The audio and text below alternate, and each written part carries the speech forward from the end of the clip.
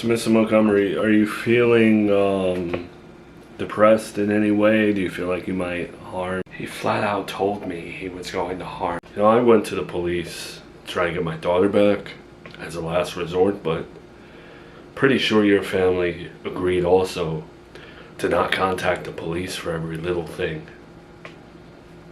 So much for that, huh? Yeah, let's let Brian speak. I appreciate you calling. It's awesome. It's what citizens should do. But let me just hear from Brian.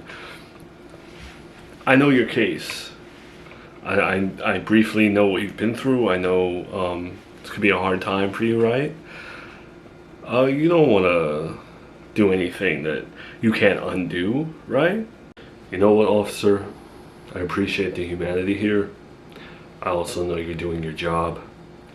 But I have a bad habit of overspilling my emotions to people. It always comes up biting me in the ass. I sure as hell am not gonna talk about my personal feelings to a man in uniform right now. I have no interest in saying anything to the police, especially not about my mental state. Well, unfortunately, here in Serafina Town, there are laws put in place where if we deem you to be a threat to yourself, we have the right to take you in. And her call is probable cause. Her call alone, no, but based off of what I know, based off of your situation, well, if that's true, if you're not blowing smoke up my ass, that sounds damn near unconstitutional to me. I have no right whether or not I get institutionalized for my mental health.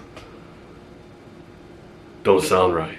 Okay, whether you believe that or not, it's the law in town. When a person is a threat to themselves, we as law enforcement have a right to take you in until, we can get you the right help, right? Because we don't want anyone in Serafina Town to take an exit that has no entry back in. You know what I'm saying? Oh, so you have the resources for that, but you don't have the resources to go help me find my daughter. A man makes a claim that he hates his life and you're willing to send out an officer in uniform and institutionalize me or whatever you're gonna do. Yeah, you got the funds to give me 3 meals a day and TV probably, but not to get my daughter back. Brian, I'm not saying that the agencies here in Serafina Town are perfect. There's a lot of agencies across the United States that are not perfect. We are the police department and family court. We are underpaid, overbooked, and understaffed. And that's a problem that the people in the government need to work on. Me as a human being, though, I'm talking to you as someone who doesn't want to see you do something drastic. So, can I just ask you, human to human, forget about the badge, forget about the suit.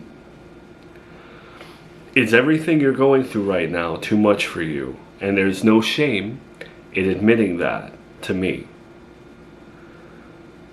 Okay, we're two human beings here. Do you feel the weight of the world on your shoulders and you don't know what to do with yourself? Is it true that you were about to drink poison?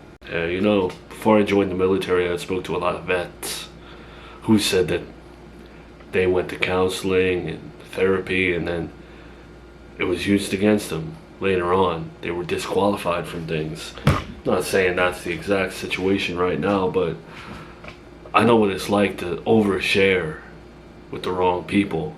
And I definitely feel like right now, whatever I tell you, it's just going to be used against me down the line. So I might as well just keep my mouth shut. Not going anywhere. I'm not looking for help. This was between me and her, not you. You never should have called them. Brian, I'm nothing to you, but my advice is sound. Let them help.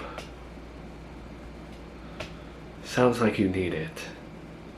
She's right, Brian. I only know what I saw in a report about your case. And I know you're frustrated, And I know you feel like you may never see your daughter again.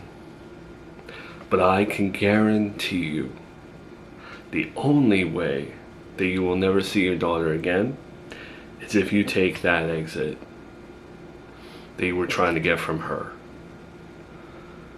You stay alive, there's always that chance that you will see her again. And I know you want to argue with me about that, but please, life is filled with possibilities, death is not. So be honest with me. Is what she told me today true? Do I have probable cause to believe that you are a threat to yourself? Please, for your daughter's sake.